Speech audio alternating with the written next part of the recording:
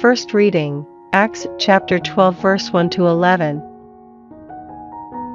It was about this time that King Herod started persecuting certain members of the church. He had James the brother of John beheaded, and when he saw that this pleased the Jews, he went on to arrest Peter as well, as it was during the days of unleavened bread that he had arrested him. He put him in prison, assigning 4 sections of 4 soldiers each to guard him, meaning to try him in public after the Passover. All the time Peter was under guard, the church prayed to God for him unremittingly.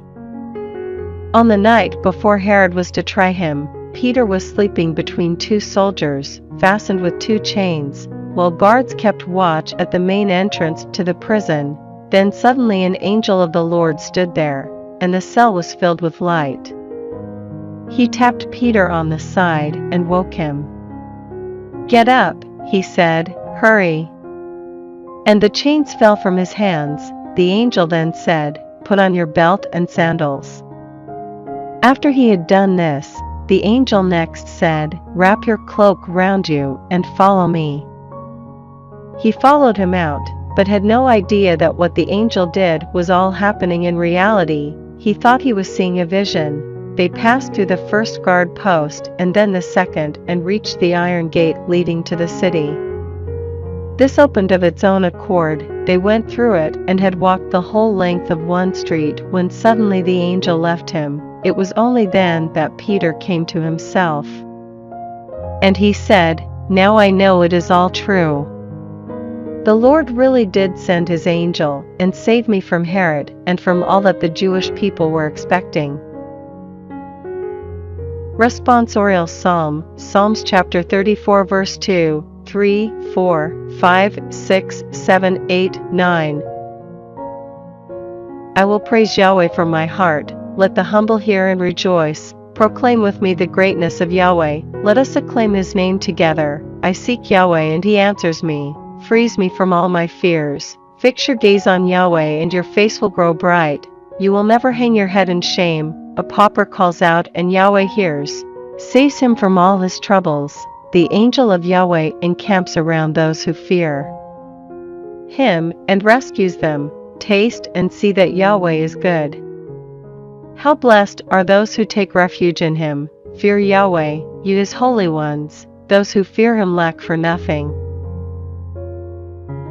Gospel, Matthew chapter 1 verse 13 to 19.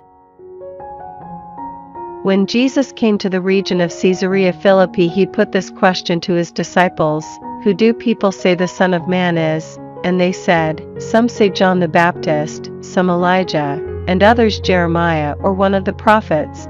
But you," he said, "who do you say I am?" Then Simon Peter spoke up and said, "You are the Christ, the Son of the living God." Jesus replied, "Simon, son of Jonah, you are a blessed man.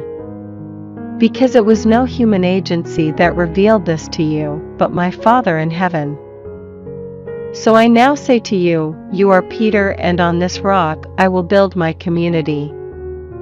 And the gates of the underworld can never overpower it. I will give you the keys of the kingdom of heaven. Whatever you bind on earth will be bound in heaven. Whatever you loose on earth will be loosed in heaven." Second reading, 2 Timothy chapter 4 verse 6 to 8, 17 to 18.